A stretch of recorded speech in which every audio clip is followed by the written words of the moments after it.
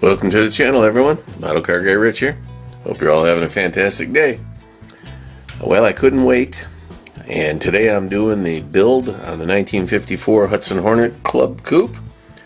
I was so excited about this kit that I'm going to go ahead and build it and leap ahead of all the other kits that I had planned out, the builds, and I'm going to do this one.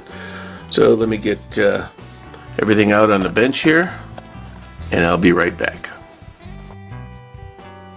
Alrighty folks, just a couple minutes later, I have all of the molded in whatever that color is out on the bench here. I've got all the chrome out here, even that little piece that was in a separate bag right there. I still think it's a antenna. So I've got decals and plastic and the one metal axle left in the box, and I'm going to get started. I'm going to clean up the body and do a little bit of sanding on a couple of pieces of flashing, and then get all the body parts. Actually, I'm going to get all of the non-chromed pieces into primer, and then I'll go from there when I decide on a color. So thanks for joining me. Next shot you'll probably see either painting or in primer.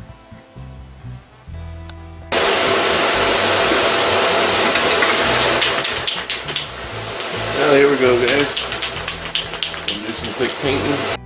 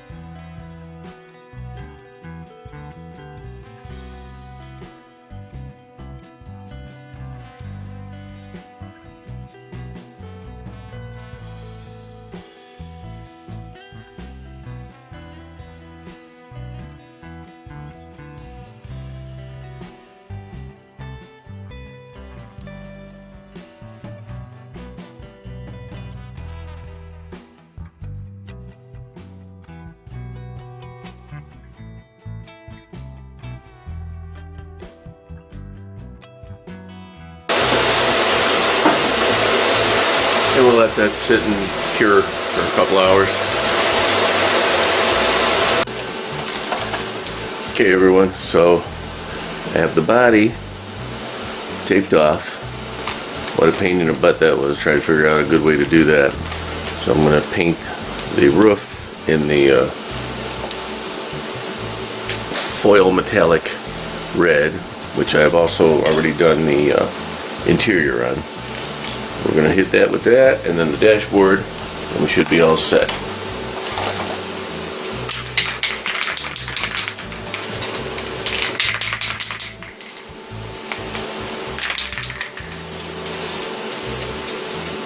It's a really nice color. I really like it.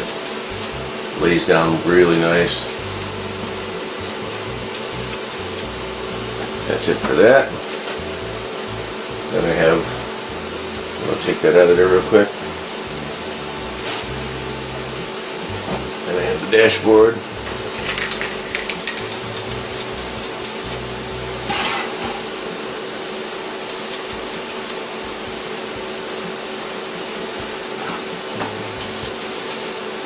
Alright. So let them dry, and we will get right back to building. Back in a minute. Here's a little bit of a close-up. See how it came out. Can't get that one to focus. Yeah, it's there. And then once this sets up, I will do some detailing on the front of the dash with some stainless along with the decals and that. And that'll look sharp. This is the main part here. I hope this comes out nice. And once I unwrap all of that, and then I have the chrome around the windshield frames and that to do.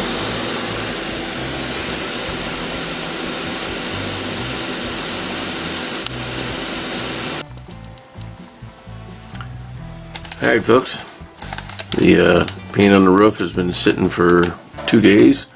I'm going to go ahead and peel off the paper and see how it came out. Hopefully we get a good result.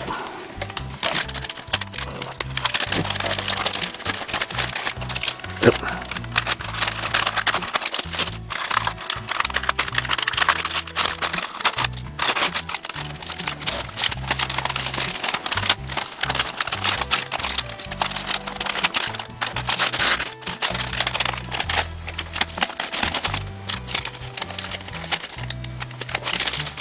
Yep. Alright. Well, that part came out alright. Now I have to outline the upper part in chrome and then put the bread on that little piece on the inside. And then I've got a little bit of touch up to do right there. I've got a little bit of bleed through there and there, a couple spots. So I'll mask that off and hit that with some sandpaper and then another coat of this cream. So got lucky on that one. That came out alright. Next I'm going to highlight the stainless steel, metal, aluminum, whatever it is, and then a little dot of the cream going through here, hopefully. So that'll be nice if it all turns out good. And then I'm going to take and spray out some of the cream color into a little cup and do the detailing on the lines going through here, both sides, probably the armrest, and then I'll chrome out the handles and that kind of stuff. So alrighty, see you in a sec.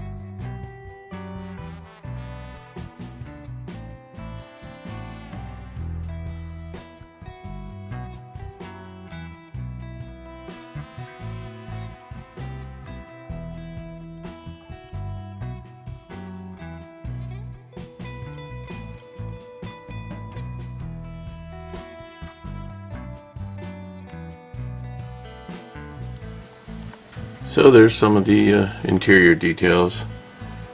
There is the dashboard, almost complete. Yeah, there we go. That's coming along nicely. In the speedometer slot will go a decal. I got the chrome simulated stainless, whatever it was. The little red square right here, I think I'm going to do in a black, just to throw some contrast in there. This is the beginning of wood grab handle supports, and then I'll turn the bags into a type of leather once the first layer dries. There's that sun visor. Here's the interior door panels. So coming along nicely. I'm still enjoying this kit. The one downfall I had was I was so excited to get it painted. I don't know if I already mentioned this in the video. If I did, I'll edit it out and just play some music over it. But the cream on the body, I forgot to prep the body properly. Okay, I didn't wash it well enough, and after a coat of primer, some light sanding, and then spraying on the color, it started to bubble. Okay, and started like moving away from parts so that primer was showing through. So I literally sprayed 6 light coats in order to get the cream color to cover properly this time. So that was fun. Yep. So alrighty.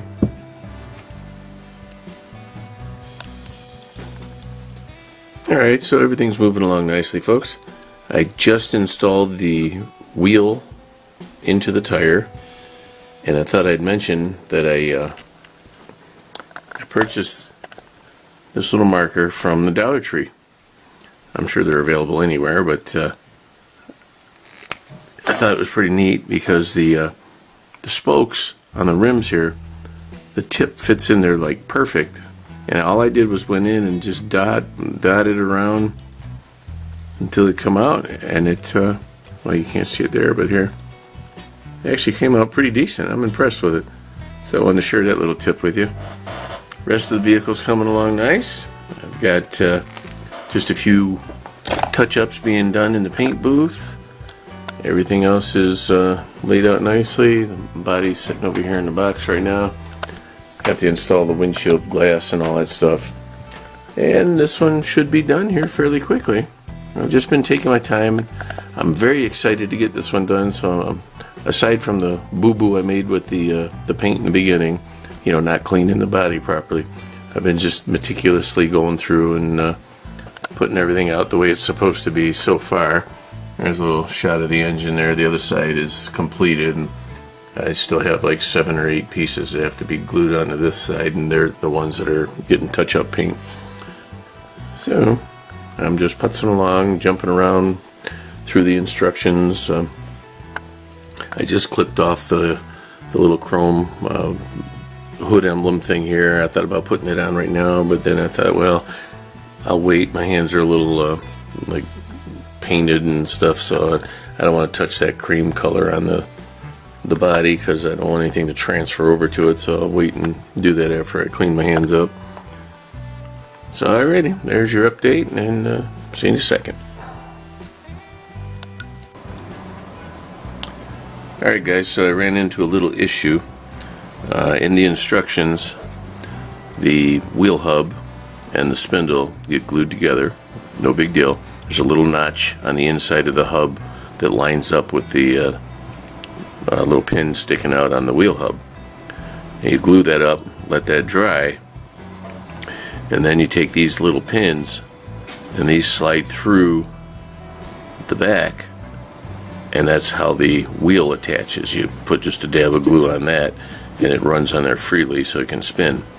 The biggest problem is that the glue fills up the hole, and it makes it difficult for this pin to go through.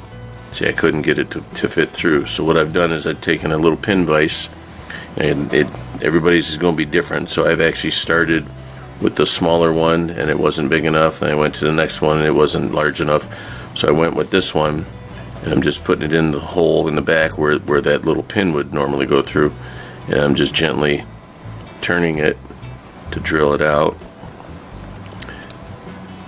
Give me a sec here. I'm turning and pushing a little bit because it's a little gummed up from the glue, it looks like.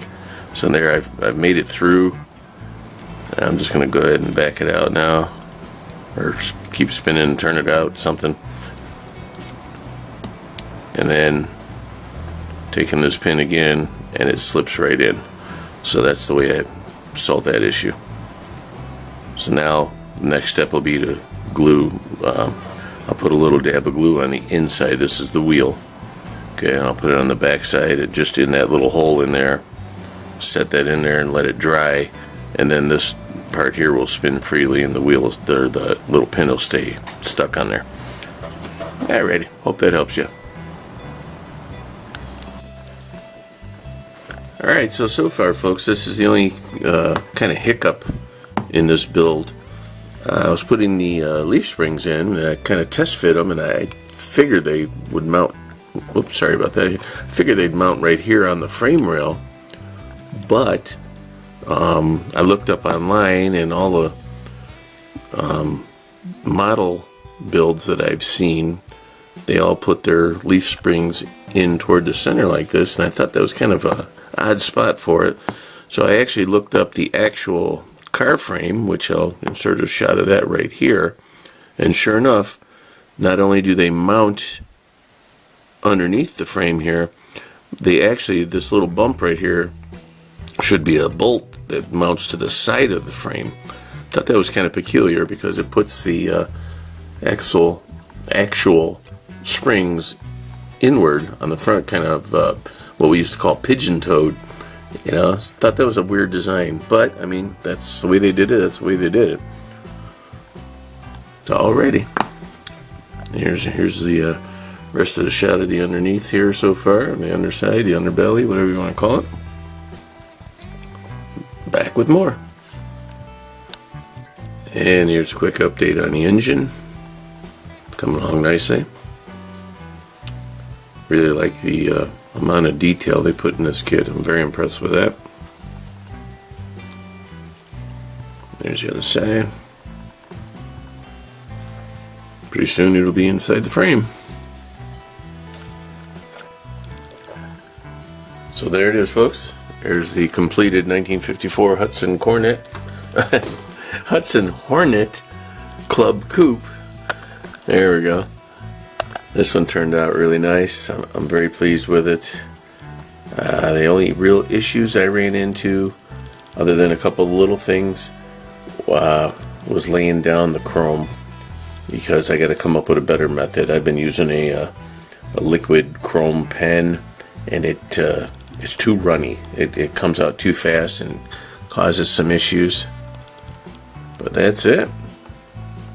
I'm really happy with it. I love the color. The two contrasting colors there really makes it pop. Give you a shot of the hood underneath here. Can't do it one-handed. Okay, we'll just knock that on the ground there. There's the hood with the engine compartment. Came out really nice. The wheels steer left and right independently, but you know, just the way it is. Looks nice. I decided to leave the fender skirts on. I thought it gave it a real custom kind of look to it. Old school look. And that's the way it is on the box, so I figured why not, we'll just leave it like that. So the only choice that I chose not to use, or option that I chose not to use, there was two. There was the sun visor, which is kind of cool, but it really kind of fit kind of funky, and I didn't really like the way the sides attached to the frame rails in that, or the window rails, whatever you want to call them. So I didn't like that. And then the other option would have been to put the, if you remember, well, maybe you don't, but if you go back and see the unboxing video, there was a one little piece of a sprue tree packaged separately from everything else, and it ended up it was a antenna that you would mount right here in the center of the roof. But to do that, you would have wanted to put a hole through there before painting and everything, and I didn't really like to put the hole in there that way, because if I wanted to use a sunroof, then I wasn't sure if it was going to cover it or not, or sun visor, I mean. But other than that, everything went good. Another little tip when it comes to the build, when you're doing this one, the instructions are not very clear on where the firewall mounts during assembly. It goes into the body first. Okay, I made the mistake of putting it on the interior bucket first, and then I put the body down over the top of it. It still went in there, but it was a little more finicky to get it to fit in that way. So for you guys, just a heads up, put the firewall in the body, and then it'll mount a lot easier and smoother. But that's it. Yep, come out nice. It'll go on the shelf somewhere nice and up front. I like it. Alrighty guys, I thank you. I'm sorry for the long video. I appreciate you all sticking around and watching. Please remember to like, share, comment, subscribe, all that good stuff. And I'm still having a blast. I hope you're enjoying the content. And I will see you all on the next one. Model Car Guy Rich out. Keep on modeling.